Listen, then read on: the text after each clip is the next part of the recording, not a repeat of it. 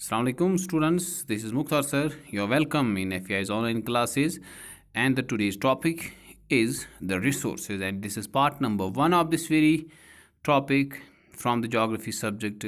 I welcome you again in FEI's online classes. Resources. तो यहाँ पर मुन्नी जो है अपनी माँ से कहते हैं कि मम्मा देखो ना, ये सारी चीज़ें, बहुत सारी चीज़ें हैं, हमने हमारे इर्द गिर्द क्लोथ्स हैं, यूटेंसिल्स, फूड ग्रेन्स, ठीक है, ये सारी चीज़ें हमारे इर्द गिर्द हैं, बहुत सारी चीज़ें हैं, बुक्स हैं, बॉटल ऑफ हनी, ये सारी चीज़ें हमारे इर्द गिर्द पड़ी हुई है। मम्मा सुन रही हैं, तो मम्मा ने जवाब दिया, बेटा ये बहुत ही इम्पॉर्टेंट चीज़ें हैं और इनको हम कहते हैं रिसोर्सेज हैं। तो यहाँ पर राजू, अरे रिसोर्स क्या है मम्मा, रिसोर्स किसको बोलते हैं? रिसोर्स वो सारी चीज़ें, एनीथिंग विच हैज़ यूजिबिलिटी और यूटिलिटी, या कोई भी चीज़ जो नीड हमारी सेटिस्फाई करती है, वो रिसोर्स है।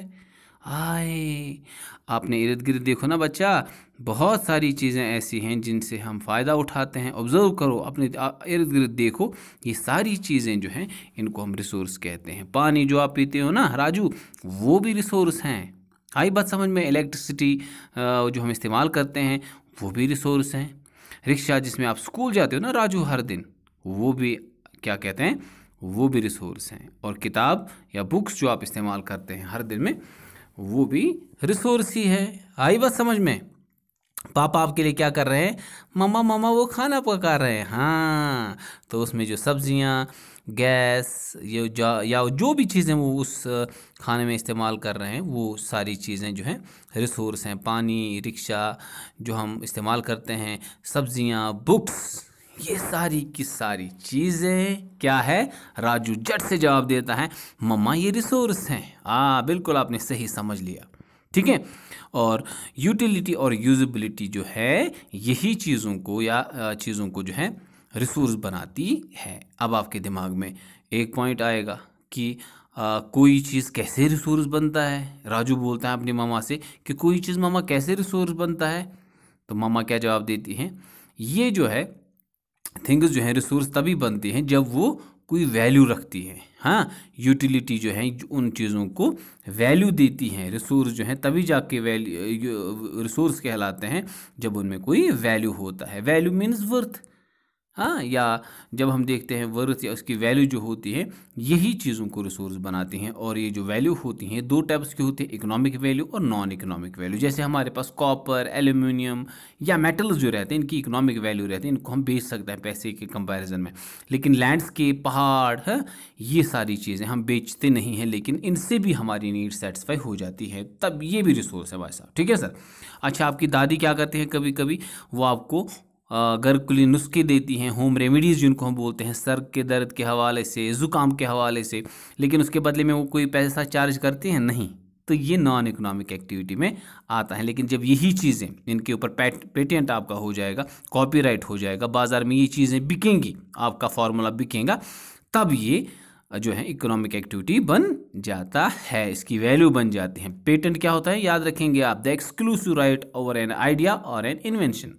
अच्छा सर, टाइम एंड टेक्नोलॉजी भी एक रिसोर्स है। टाइम एंड टेक्नोलॉजी की मदद से हम जो है रिसोर्सेज का बेहतरीन इस्तेमाल कर पाते हैं। ह्यूमन रिसोर्स जिसको हम कहते हैं, वो टाइम एंड टेक्नोलॉजी की ही मदद से बहुत ज़्यादा वैल्यूएबल बन जाता है। When we look at the human beings on the surface of the earth, ये टाइम ही है, ये टेक्नोलॉजी है जो ह्यूमन रिसोर्स को बहुत ज़्यादा इंपॉर्टेंट बनाता है। जैसे इनके आइडियाज़, नॉलेज, इन्वेंशंस और डिस्कवरीज इंसानों की जो है, इन्होंने बहुत हद तक रिसोर्सेज का शाबाश सही इस्तेमाल करना हमें सिखाया है। मिसाल के तौर पर when we go back in the history of human beings, discovery of fire, उसने क्या किया, खाना बनाना हमें सिखाया, खाने को पकाना हमें सिखाया, और खाना किस तरह से टेस्टी बनाया जा सकता है, एक रिसोर्स का कैसे सही तरीके से इस्तेमाल किया जा सकता है।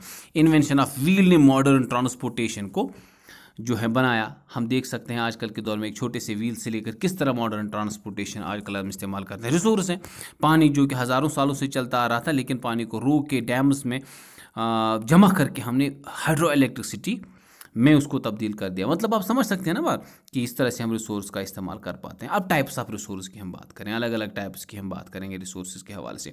सो जनरली हम क्लासीफाई करते हैं रिसोर्सेज को, natural resources, human made resources और ह्यूमन इटसेल्फ रिसोर्सेज। तो नेचुरल रिसोर्स जो होते हैं अल्लाह ताला की तरफ से जो हमें रिसोर्स दिए गए हैं, नेचुरल रिसोर्स जिनको हम कहते हैं, which is available to us, जिनको ज़्यादा इस्तेमाल या ज़्यादा मॉडिफाई किए बगैर भी हम इस्तेमाल कर सकते हैं। द एयर वी ब्रीथ, ये नेचुरल रिसोर्स हैं। पानी नेचुरल रिसोर्स है ही, आपको समझ में आ रहा है। सॉइल जो हमारे पास है, that is also a natural resources. Minerals, that is also the natural resources. ठीक है सर, ये सारी की सारी चीज़ें नेचुरल रिसोर्सेज कहलाती हैं। हाँ, इतना है कि हम इंसान थोड़ा सा अपना हाथ इनमें डाल के मॉडिफाई करके टेक्नोलॉजी को इस्तेमाल करके हम इन चीज़ों का बेहतरीन और सही इस्तेमाल कर पाते हैं। इसमें कोई शक नहीं है कि हम इन चीज़ों का इस्तेमाल करके अच्छी तरह से इस्तेमाल कर पाते हैं। Further we can classify these natural resources depending upon their level of development and use. ठीक है सर, तो उस हवाले से हमारे पास ओरिजिन की बुनियाद पे, स्टॉक और डिस्ट्रीब्यूशन की बुनियाद पे अलग अलग टाइप्स के रिसोर्स आते हैं।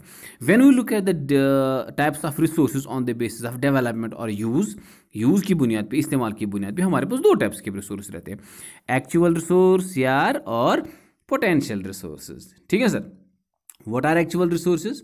एक्चुअल रिसोर्स आप याद रखेंगे, दीज आर दोज रिसोर्सेज, ये वो रिसोर्सेज हैं जिनको हम इस्तेमाल कर रहे होते हैं प्रेजेंटली।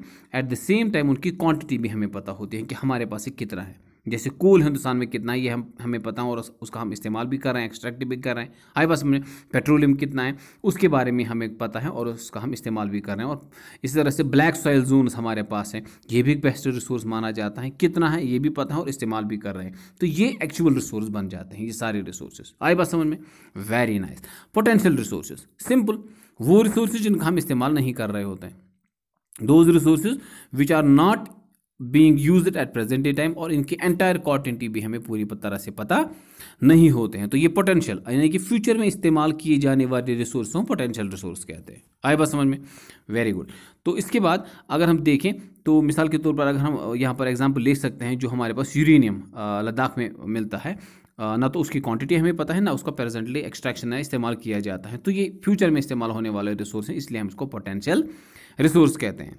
ठीक है सर, कुछ रिसोर्सेज जैसे विंड कुछ सालों तक जो था ये पोटेंशियल रिसोर्स था, लेकिन कुछ सालों से हम इसका इस्तेमाल कर रहे हैं, लेकिन जिस साल से इसका इस्तेमाल किया जाने लगा विंड पावर के हवाले से, तब ये एक्चुअल रिसोर्स बन गया। लेकिन उससे पहले विंड का इस्तेमाल पावर जनरेशन के नहीं किया जाता था, तब ये पोटेंशियल रिसोर्स हुआ करता था। ठीक है सर, अब दूसरी क्लासिफिकेशन जो है रिसोर्सेज की, वो on the base of origin.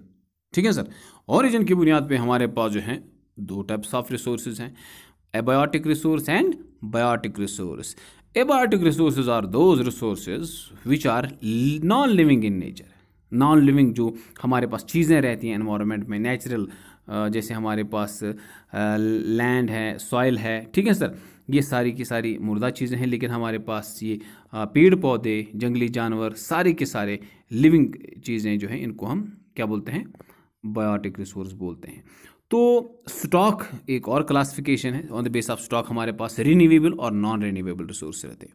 ठीक है सर, रिन्यूएबल रिसोर्सेज वो रिसोर्स हैं जो केमिकली, बायोलॉजिकली या फिजिकली रिन्यू होते रहते हैं। ठीक है सर, ये जल्दी जल्दी से बनते रहते हैं, they get renewed or replenished quickly, but as far as the non renewable resources are concerned, ये वो रिसोर्स होते हैं जो बहुत जल्दी नहीं बनते हैं, इनको बनने में हज़ारों साल लगते हैं। अगर हम रिन्यूएबल रिसोर्स की बात करें, हमारे पास सूरज है, एयर है, विंड्स हैं, ठीक है सर, या फॉरेस्ट्स हमारे पास पड़े हुए हैं, या पानी हमारे पास पड़ा हुआ है, पानी हमारे पास है ये, या सॉइल हमारे पास है, या वेजिटेशन हमारे पास है। These are all living things, और इनको हम जो है रिन्यूएबल रिसोर्स का नाम देते हैं। ठीक है सर, तो मगर इनका गलत इस्तेमाल हमें प्रॉब्लम्स में पड़ा देता है। जिस तरह से हम गलत तरीके से पानी इस्तेमाल करते हैं, ड्रॉट्स कंडीशंस बहुत इलाकों में पाई जाती हैं, but still this is a renewable resource. यहाँ उल्ट अगर हम